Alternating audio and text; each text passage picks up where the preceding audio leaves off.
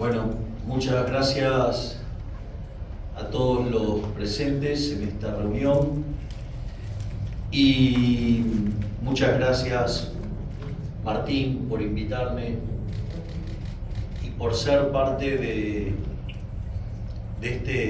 este movimiento que está naciendo, que está tomando lugar, de quienes verdaderamente venimos a transformar la Argentina, venimos a poner de pie al país para volver a ser una potencia mundial.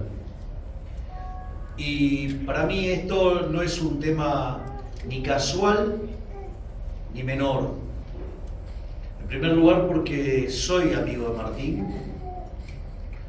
En segundo lugar, no solo porque soy amigo de Martín, fue al primer candidato que apoyamos fuera de la capital federal, que fue donde nosotros iniciamos este movimiento. Y es para mí un enorme honor estar junto a un Menem.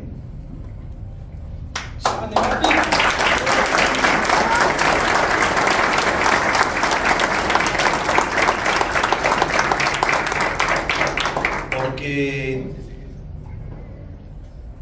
sin lugar a dudas, y esto consta en un trabajo de Gerardo de la Polera, Bossoli e Irigoy, que se llama Passing the Buck, el primer gobierno de Menem junto al doctor Domingo Felipe Cavallo ha sido el mejor gobierno de la historia de la República Argentina. Y nosotros lo que queremos es tratar de replicar esa épica, pero que esta vez logremos hacerlo de modo permanente e irreversible para los políticos castas, chorros, y así volver a convertirnos en una potencia mundial.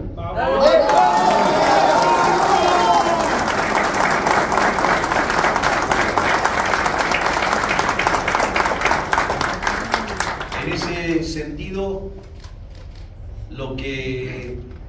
la clave es entender por qué nos hundimos y cómo es que vamos a salir. Argentina, cuando abrazó las ideas de la libertad, básicamente allá por 1860, cuando se termina de unir la provincia de Buenos Aires, Argentina era un país de bárbaros. Y cuando abrazó las ideas de Alberdi, después de 35 años nos convertimos en la primera potencia mundial.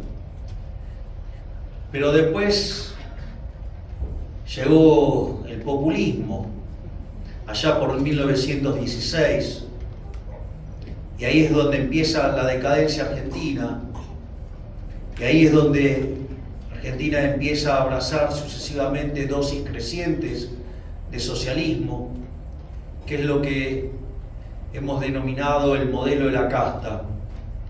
El modelo de la casta básicamente parte de una frase nefasta que dice: donde hay una necesidad nace un derecho. El problema es que las necesidades son infinitas y los derechos alguien los tiene que pagar. Entonces nos encontramos con el problema de los recursos finitos. En rigor, si yo les dijera que eso es un problema insalvable, sería casi una herejía para mí, y mi papá, el escocés Adam Smith, se tendría que levantar de la tumba y dejarme una zapatería en el traste por poco, porque eso los economistas sí lo hemos resuelto, que es básicamente el sistema de precios basado en la propiedad privada, es decir, el capitalismo. Y en ese contexto, entonces el problema tiene solución, pero el problema más grave es que a los políticos ese modelo no les gusta. A ellos les gusta la garra del Estado. La garra del Estado también tiene una frase, y es la justicia social, que además es absolutamente injusta, porque se basa en un robo y en un trato desigual frente a la ley. Digamos, si ninguna persona sana puede estar a favor de esas dos atrocidades. Y eso, la consecuencia que tiene es que se manifiesta con déficit fiscal. De hecho, Argentina de los últimos 123 años o 122 años ha estado con déficit fiscal en 112. Y eso ha traído que Argentina ha tenido 22 crisis en el formato Cerro-Meloni, sino que además, eso, cuando aparece el déficit fiscal, hay que financiarlo. Entonces, la primera forma que utilizan los políticos para financiar el déficit es la deuda.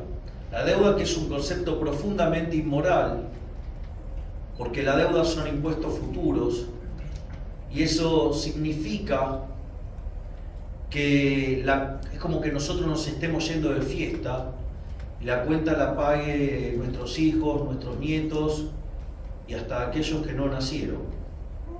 Es decir, es algo profundamente injusto, inmoral. Entonces, en ese sentido, una vez que se termina el acceso al financiamiento, Argentina termina cayendo en default. No por nada Argentina es el máximo defaulteador serial de la historia moderna. Por otra parte, una vez que ya no hay más financiamiento utilizando deuda, se recurre a otro tipo de deuda, que es la emisión de dinero. Y en ese sentido, Argentina, desde que tiene Banco Central, ha destrozado 5 signos monetarios, le ha quitado 13 ceros a la moneda, tuvo 2 hiperinflaciones sin guerra, y el único periodo de estabilidad económica que tuvo desde la creación del Banco Central en adelante, en especial desde que se estatizó, fue durante la convertibilidad, el plan de Carlos Saúl Menem.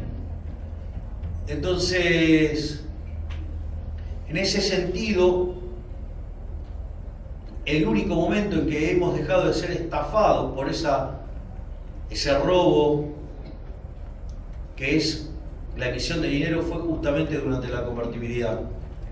Por eso hoy se resisten tanto cuando hablo de dolarización, porque básicamente los políticos, por ejemplo, este gobierno de delincuentes, en sus primeros 3 años de desgestión, nos ha robado 16 puntos del PBI con señoriaje, algo así como 5.33 por año, o puesto en términos de dinero nos roban 30.000 millones de dólares por año.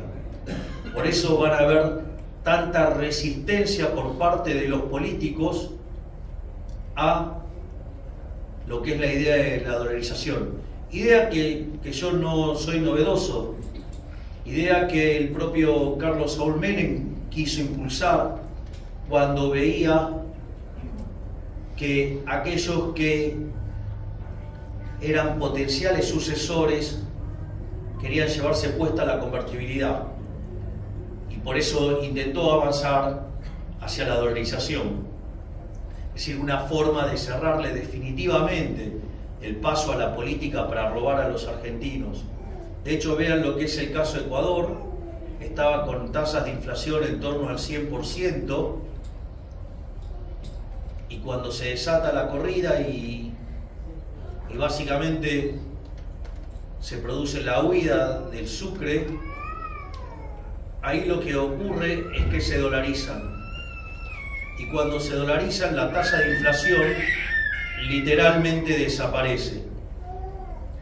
En ese contexto, donde desaparece la inflación, hoy cerca del 92% de los ecuatorianos, pese a los sucesivos intentos del delincuente de Rafael Correa, básicamente el 92% de los ecuatorianos no quieren salir de la dolarización, y de el 8% restante, 7%, 7 puntos porcentuales, contesta que no sabe o no contesta.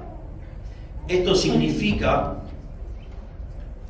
que lo dice el presidente, quien fue el presidente de Ecuador cuando dolarizó, dice: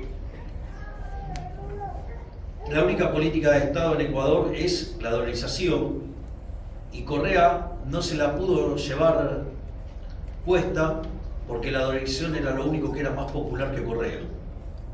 En ese sentido, básicamente, ese es el problema que tienen los políticos, y por eso mandan a los econochantas, a economistas delincuentes, a denigrar, a basurear, a calumniar, a injuriar, pero ninguno logra dar una respuesta de índole moral, porque de hecho el elemento esencial de donde arranca la discusión sobre la dolarización es un argumento de índole moral, donde robar está mal, pero ninguno de ellos, digamos, da esa discusión, y ninguno de ellos se hace cargo del robo, del señoriaje. Y es interesante, ¿no? Porque si ustedes tienen una empresa y ustedes tienen un producto que no es apetecido por la demanda, ustedes van a la quiebra. Es decir, su producto vale cero. El problema es que en Argentina nadie quiere el peso, salvo los ladrones de la política. Por lo tanto, debería valer cero. Inexorablemente Argentina está condenada a tener inflación, y además porque el peso no vale nada. El peso no puede valer ni excremento, porque la basura de los políticos no sirve ni para abono. Y esa es la realidad. Pero es un modelo con el cual nos esclavizan. O sea, es como que una empresa esté quebrada y a ustedes le obliguen a demandar ese producto a punta de pistola. Está claro que eso es un acto violento, es un robo, y que hay gente que se beneficia y hay gente que pierde. Se beneficia la casta y pierden los honestos.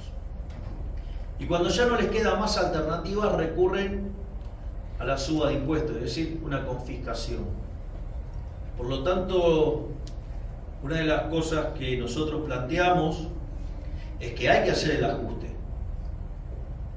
Y esto lo dije en la Cámara de Diputados, pero el ajuste lo va a tener que pagar la política.